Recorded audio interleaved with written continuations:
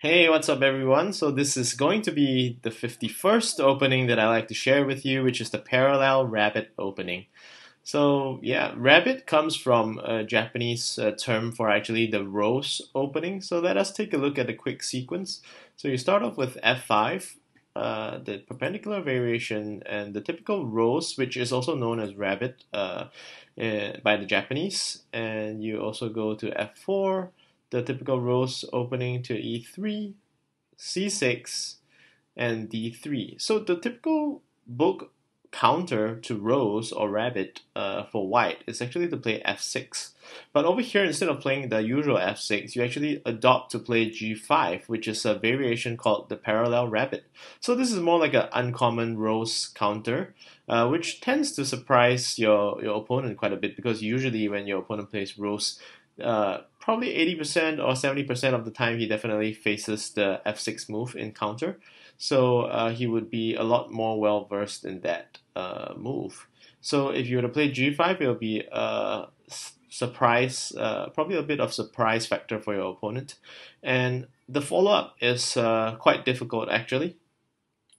So one of the cons of this is actually to have limited early variations for white at least. Like over here you can see that black has a couple of options. Black can just go to the usual E6 counter, or black could just go to F6 and control this line, or black could even just play to G4 and keep to his side.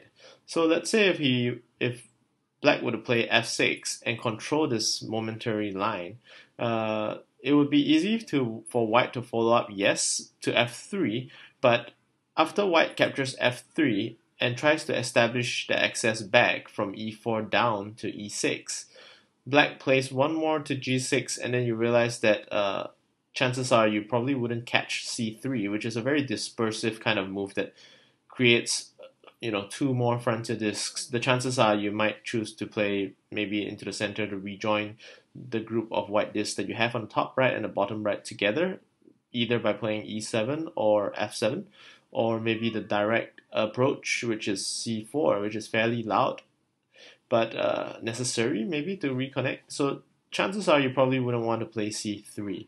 So the cons of this opening is that it's generally difficult to follow up when black plays a variation. So when you want to actually try to dominate using this opening against rose players, you definitely have to go very deep in the book. So yeah, basically this is the parallel rabbit. I think very few famous players actually adopt this approach also because it's a +0 instead of just having the normal book uh, advantage to F6. And I think it's a bit of a risk both ways because if white were to play G5, there are so many variations that black could play. And yep, over here there are more options for white, but it's generally quite dispersive for white. And it's a lot easier for black to just keep to the edge or jump into the center. So I would recommend that this opening is more for advanced players playing white and to give a surprise factor when countering the rose opening.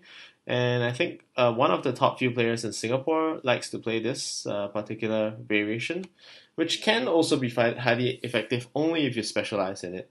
So yeah, give it a shot when the next time you meet a player who is playing the rabbit or the rose opening. Try the parallel rabbit variation and see if it suits you. So, yeah, having said that, we'll end off this video and I'll see you at the next opening. Goodbye.